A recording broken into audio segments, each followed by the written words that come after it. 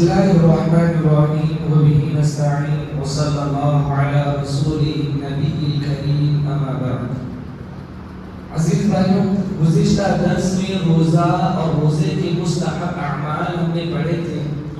آج کے اس درس میں روزہ کس پر واجب ہے اور کس کے لیے روزے کی رخصت ہے اور کس کے لیے روزے کی چھوٹ ہے، ہم یہ جانیں گے. روزہ رکھنے کے لیے سب سے پہلے مسلمان ہونا ضروری ہے.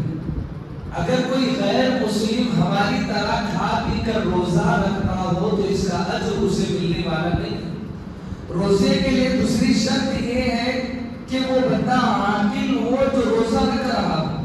چنانچہ کوئی نادان اور معصوم بچہ آپ اسے زبردستی بھوکا پیاسا رکھوائے تو روزے کا اجر ملنے والا نہیں.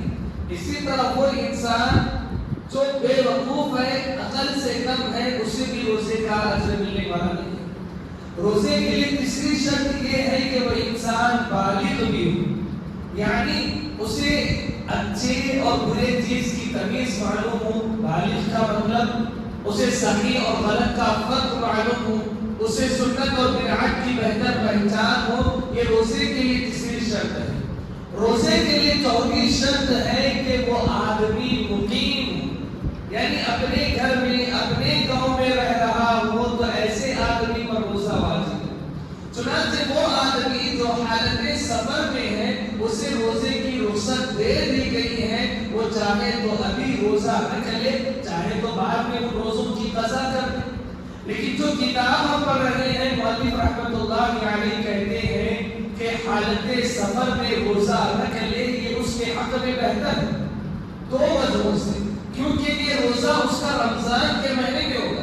اگر وہ روزہ اس دن چھوڑے گا تو اس کی قضا رمضان کے مہینے میں تو ممکن نہیں ہے. بعد رمضان کی فضیلتیں، رمضان میں جو اعمال کا اجر و ثواب بڑھا دیا جاتا ہے، رمضان کی جو رحمتیں برکتیں ہوتی ہیں، ان تمام چیزوں سے وہ محروم ہوتا ہے.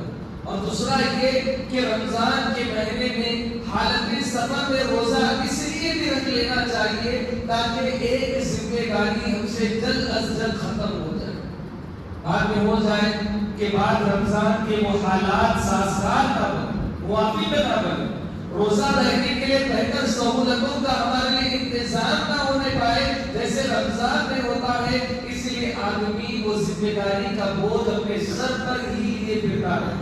تو بہتر ہے کہ رمضان میں حالت سفر میں ہو تب بھی روزہ رکھیں. اور یہ ایسا نہیں کہ عقل کی بنیاد پر کہی گئی باتیں. نبی صلی اللہ علیہ وسلم نے بھی سفر کی حالت میں روزہ رکھا ہے. اور روزہ رکھنے کے لیے ضروری ہے کہ وہ صحت مند انسان. چنانچہ کسی بیمار انسان پر روزہ فرض نہیں. اب اگر کوئی یہ کہے کہ حالت سفر کی طرح میں حالت بیماری میں بھی روزہ رکھوں گا تاکہ یہ جو بوجھ، یہ جو ذمہ داری ہے مجھ سے ختم ہو جائے، یہاں پر یہ بات نہیں.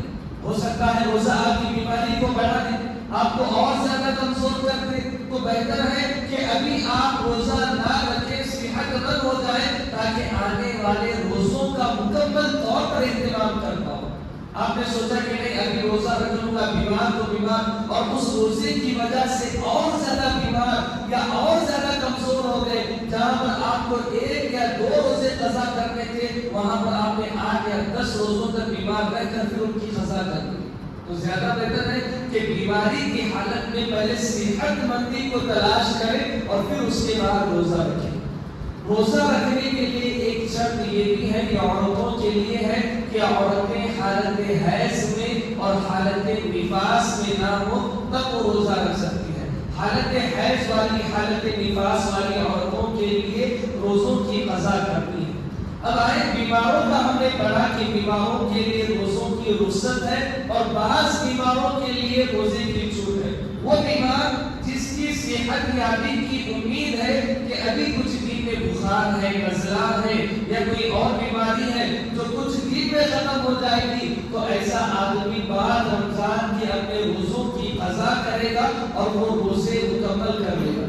ہاں وہ انسان جو دائمی مریض ہے، جس کی بیماری ختم ہونے کا کبھی یقین ہی نہیں ہے کہ میری یہ بیماری ختم ہوگی، جیسے آج کل کے شوگر کے، بی پی کے اور دوسرے کئی قسم کے مریض ہیں، ان کی یہ بیماری ختم ہونے کی کوئی امید نہیں ہے، تو ایسے لوگوں کے لیے اپنے روزے کے بدلے، ہر روزے کے بدلے ایک مسکین کو کھانا کھلانا، ہر روزے کے بدلے ایک مسکین کو کھانا کھلانا.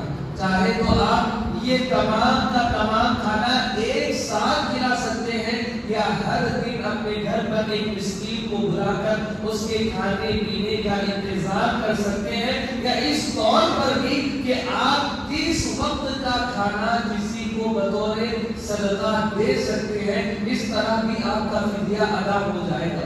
مؤلف رحمۃ اللہ علیہ نے لکھا ہے کہ آپ جب فدیہ ادا کر رہے ہو تو اس کے ساتھ سالن کی بھی تمام چیزیں دے دیں، تاکہ مان لے کوئی چاول دینا چاہتا ہے فدیے کے طور پر، وہ چاول دے رہا ہے تو محض چاول کیسے کھایا جائے گا؟ تو اس لیے سالن کی بھی تمام چیزیں دے دیں، یہ اس کے حق میں بہتر ہے، واجب نہیں ہے.